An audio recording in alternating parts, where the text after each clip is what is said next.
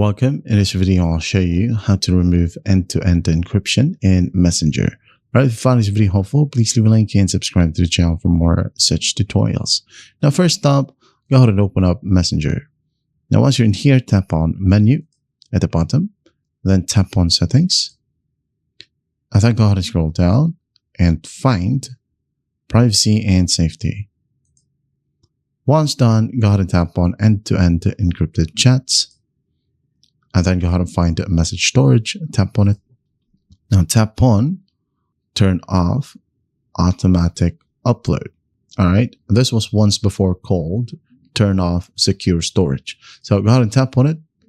Now it's turned off. Now once that's done, we are going to try to remove syncing devices because encryption binds to individual hardware. Logging out all devices strips their ability to automatically mirror or hold your encrypted chat's data.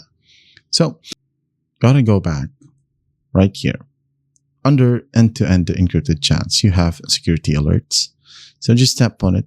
And then once done, go ahead and tap on see more alerts. All right. And you'll be able to see all the alerts right here.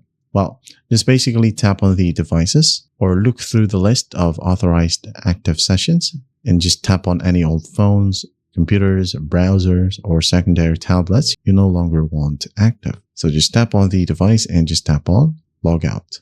So by doing these settings or changing these settings means you won't be constantly badgered to enter a 6-digit PIN code on your current phone. And future messages will sit purely on your phone's physical storage hardware instead of a remote cloud copy. And if you want to uninstall the app, or maybe you lose your iPhone or smartphone, your historic messages cannot be recovered on a new device since the remote cloud backup was turned off. Just do keep that in mind.